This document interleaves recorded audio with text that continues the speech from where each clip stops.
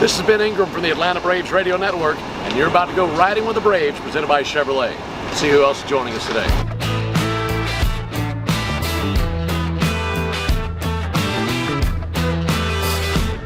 Coming to you today from the Chevy Blazer alongside Kirby Yates. How you like our ride today?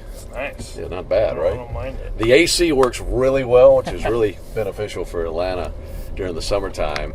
And very different climate than what you grew up with, isn't it? Yeah, it's a little hotter here. I could say that, but all in all, it's the rain and stuff I'm kind of used to. It's what I grew up in. Was growing up in Hawaii as great as I picture in my mind? Yeah, probably as good as a childhood as I could have. Very, very thankful that my mom and dad moved there a very long time ago from California and decided to raise a family there, and I will always be grateful for that. Yeah, I bet. Was it just you and your brother? Do you have other siblings? I got other siblings. So I got 3 brothers total.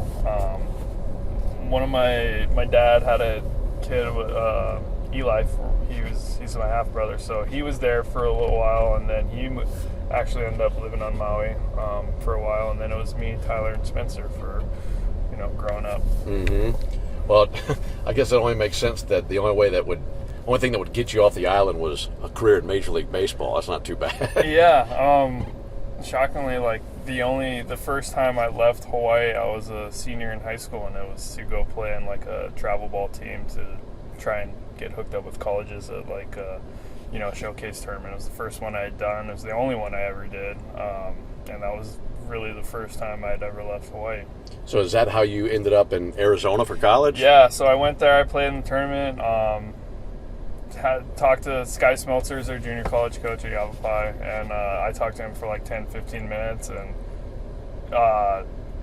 honestly just liked him, knew nothing about the school, where it was at, and we kind of built a relationship, and I ended up going to Yavapai, and I still talk to him all the time. We play golf all the time in the off season, and he's actually kind of one of my good friends now. It's a pretty neat relationship. That is cool. And by the way, and I looked this up, is there a cooler college mascot than Yavapai? Rough Rider? Rough Riders. Yeah.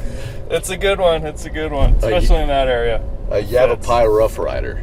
That's really cool. So, all right, so the relationship with you and your brother, because you and your brother both played professional baseball, right. What was that like, pushing each other and experiencing success together? Well, I think, he really taught me how to throw a baseball from a young age. I mean, I think I was maybe 12 or 13, and he started playing, he got drafted, and he was playing minor leagues, and he would come home every offseason and need somebody to throw with, and I was the guy. So, from when I was 12 or 13 years old, I was playing long toss with him and just playing catch with him all the time. And, he really kind of, from a young age, kind of groomed the basic fundamentals of pitching and what you need to do to, throw a ball effectively. Was it that early on that you knew you wanted to be a pitcher, or were you playing all sorts of different positions? I was a shortstop. I loved hitting. I loved playing shortstop. I pitched because I was capable of pitching, and I was pretty good at it too. But I always loved playing the infield. I always, played third base in high school and played shortstop my senior year, and, even got a chance to play third base a little bit in college, and I loved playing the infield. I couldn't hit very well. I mean, I could a little bit, but I didn't have the thump that these guys have now and that you need. But I always loved playing the infield. When's the last time you went deep then? In junior college, I got to hit, so I hit a couple homers. But man, it's been a while. Had a couple opportunities in the big leagues, and a lot of my teammates will let me know how that went. Especially there's a viral video out there of me tripping over first base, but it's all good. Yeah. All right. So obviously, you got a good fastball, but the splitter, where did you pick that pitch up? How did you learn to master it, and how hard of a pitch is that to learn how to throw?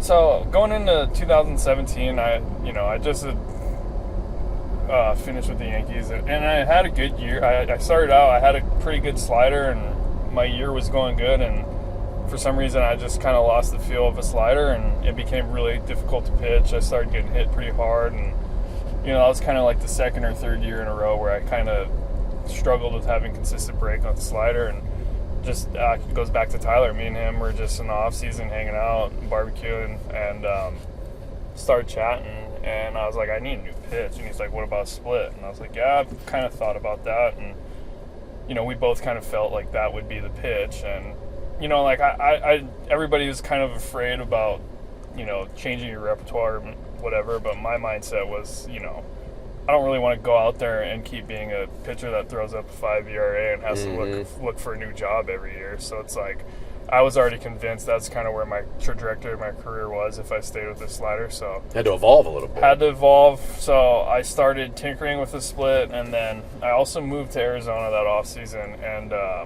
my catch partner that offseason was Alex Cobb, and he threw on, and I knew him from Tampa, and he kind of taught me just the basics and like hand speed and what his thought process was when he went, when he would throw it and stuff like that. So he kind of helped me get dialed in. And then I just started throwing it, and it just got better. And, when I got designated by the Angels and then claimed by the Padres, the first thing that they said, we know you're throwing a split, and we want you to throw it.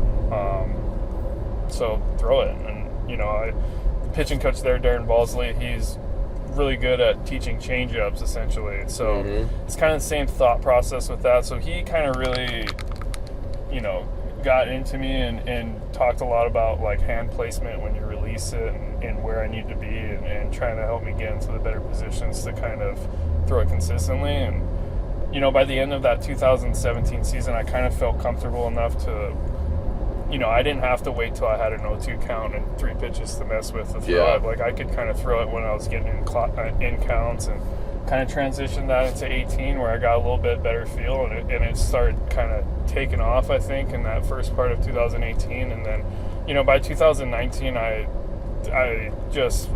had really good break with it. It was sharp. It was consistent kind of every time I went to the mound, and I had really good command of it. I could throw it in the zone, and I could throw it out of the zone kind of whenever I wanted. I think that was kind of the biggest key.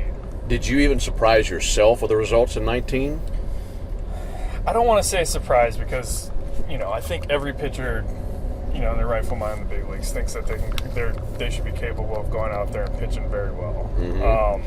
I know I surprised a lot of people, but I honestly felt like I was kind of trending in that direction. Now, leading the league in saves and doing all that, I don't think you can predict that or expect anything like that. But I knew I was able to miss bats at a high level, and I knew I was able to get pretty good hitters out consistently. So, I felt like I was capable of putting together a pretty good year. On your split, where does that sit in your fingers? To be honest, I've kind of been in between grips the entire year. I'm still trying to find something comfortable to where it's kind of ripping out my hand. I think in the last month it's been a lot better, but I try and get my pointer finger on one of the seams, and then I just try and like split the ball off of that. Okay. And I'm trying to get it to where I feel like it spins off my pointer finger. And the good ones I throw this year are good. It's just how can I get that consistency? I think that's the biggest thing, is not pitching for a few years, is getting back the consistency of it, where I can kind of rip it when I'm behind in the count and know that it's going to do its thing, and we're going to get back into these counts and get a strike call or swing and miss and stuff like that. So, and I think it's kind of getting there, because now I notice like the bad ones that I'm throwing are kind of more like ground balls, which is what it used to be. I threw one that didn't break as much, but it would still, there wouldn't be damage on it. So it was a little alarming early in the year when I was throwing them and that there was damage done on them, because in the past that happened very rare. Is it hard to keep the same arm action and arm slot with fastball and a splitter, or does that come pretty naturally? I think it's natural, because you're essentially throwing a fastball with just a different grip. Yeah. You're not turning your wrist, you're not doing any of the other stuff with like a slider or curveball or anything like that. I think that's why I think I had a pretty easy transition of being able to throw this, is because essentially you're gripping the baseball and you're throwing it hard. And that's kind of how I was told to throw it, and that's kind of how you learned, is the best keys I kind of got were throw it hard and just throw it down, and nothing bad's gonna happen. Even if it bounces, it's a ball, nothing bad happens. So kind of took that mindset and ran with it, and I'm thankful I did. Yeah, that's for sure. All right, let me ask you one more question about the pitch, because it's a fascinating pitch to me. The second that comes out of your hand, you know it's a good one, don't you? Yeah. It's not like throw it, wait and see. No, you can. You can kind of tell.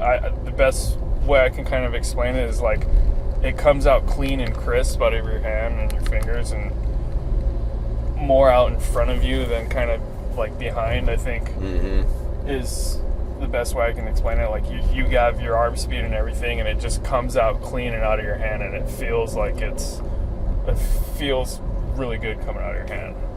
Yeah, well, when you nail one, it's such a nasty pitch. I think about your debut. You make your major league debut, and for every pitcher, that's a big deal. And you broke in with the Rays. But when you came back from Tommy John, could you say that felt just as good, just knowing you're back and in the big leagues and getting outs again? Yeah, I think this is. I mean, it was such a hard journey for me to get to the big leagues. I went undrafted and I made it to the big leagues.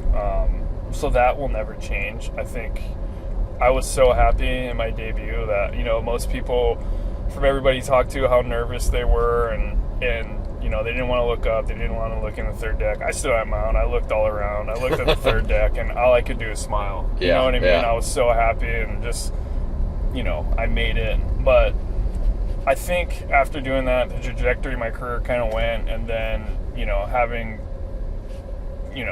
the years I had, 17, 18, 19, and trending in the right way and in the direction where I was. And then, I never really got a chance to pitch after 19. I kind of had the bone chip surgery in 20, and then I blew out in spring training in 21. So I never really got to pitch after kind of making it to that level. And, that's something I just sat and thought about for 3 years. And it's like, is that how my career is going to end? And, the uncertainty of surgery, especially kind of that one, I think, the Tommy John was one thing, but I think what people don't remember too is I also had like a complete flexor repair also. It's kind of 2 separate surgeries all in one. And, I felt like once I started playing catch again that, I'd probably make it back. But, the way my arm felt last year is I didn't know, how, I guess, effective I'd be able to be and stuff like that, and if I would be able to get back on a big league mound again. So in Boston, when that kind of happened, I just walking off the mound, it was just, like, at least I made it back. Yeah. Whatever happens after this, at least I made it back. And that was just what was going through my mind. And, my wife, we got hurt in spring training in Toronto, and, they were in the midst of kind of moving. They were going to play in 3 stadiums that year. So they had medical staff all over, and so, I was trying to find a place to rehab. I didn't really want to go home and do it, so we decided to go to Dr. Meister's, which his office in Texas, and, to my wife's credit, she didn't argue, she didn't say anything. She was like, okay, let's do it. She found us a place to live, and we took our 2 kids there, and she put them in school, and, we lived in Texas for 6 months while I rehabbed, and, that was probably one of the better decisions I've ever made, because, the way I feel right now, and, like, I feel like I can still kind of do this for a few more years. And credit to her, because she's, they were right in my corner. And I think the coolest thing now is being back. And, my kids are old enough now to kind of watch me pitch, because they weren't, when I was pitching in 18 and 19, they were 1 and 2 years old. And, now they come to the ballpark and they've seen me pitch, and all they used to affiliate baseball with is Daddy had it out and he can't play anymore. Yeah. So now they get to put eyes on me and watch me pitch. So that's so rewarding. Yeah, it's cool. It made everything worth it. Let's just put it that way. Yeah, definitely did. Well, as we're about to wrap up, I got to ask you about this current bullpen and this team. It's been such a great year, and you guys look like you're having a great time down at the bullpen. Where did the celebration start from with coming out with the tomahawks and everything else that's taking place on home runs? I think, Chavi and everybody just started running out doing things, and then one day we had tomahawks show up in the pen, and that was that. This is what we're doing. This is what we're doing, and I think it's kind of taken off, and everybody expects it from the bullpen when we hit a home run. we get tired of sometimes because we hit so many home runs that it's like, you're in the 5th inning and they've hit their 4th home run and you're like, again? But, Because it's like a jailbreak in the pen at that point. You got to run outside. You got to get out. You're scrambling to find your tomahawk. You're chopping down, and but it's good. I mean, this offense is incredible. I've never seen anything like it. Not in high school or anything like that. I played in an all-star game or all-star teams, all grown up or whatever. And, I mean, what they're doing at the big league level is impressive, man. It's unbelievable. Typically they don't forget because they're rounding first base and they're pointing out to the bullpen. But are you guys offended if you don't get your acknowledgement on a home run? Usually if they don't do something after the game, we're probably going to go over there and mention it, Don't forget about your boys down in the bullpen. We're part of the team, too. Right. Your people, too. Right. Yeah. Well, I'm just picturing, you tell me if it's different, I'm just picturing there being like how the dugout has the bat rack. You have a rack of tomahawks right there next to the exit of where you sit. They are. Grab them and go. They're all stacked up by the door before we run out, so it's perfect. Who have you really enjoyed being around in this bullpen this year? We have a good group, man. There's a lot of good dudes. Obviously, Minter's a lot of fun with Chavi, and they're bickering back and forth. You enjoy that. And, we trade for Brad. Me and Brad have been friends ever since San Diego. And we used to be the, Chavi and Minter of the team in San Diego. So it's fun for me because I got somebody I can kind of give a hard time to every day, and he gives it back. But, it's just a good vibe down there in the bullpen, which it always helps.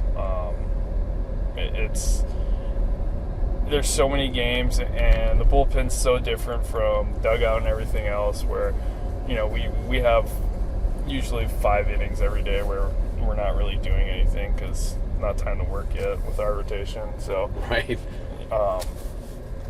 So we have kind of 5 innings to keep it light and get to know each other and have fun, which is one of the best parts of being on a team, I think. Absolutely. Well, man, it's been fun to watch you. It's been fun to watch the pen and this entire team. And as always, thanks so much for the time today. No problem. You got it. Thank you. Kirby Yates.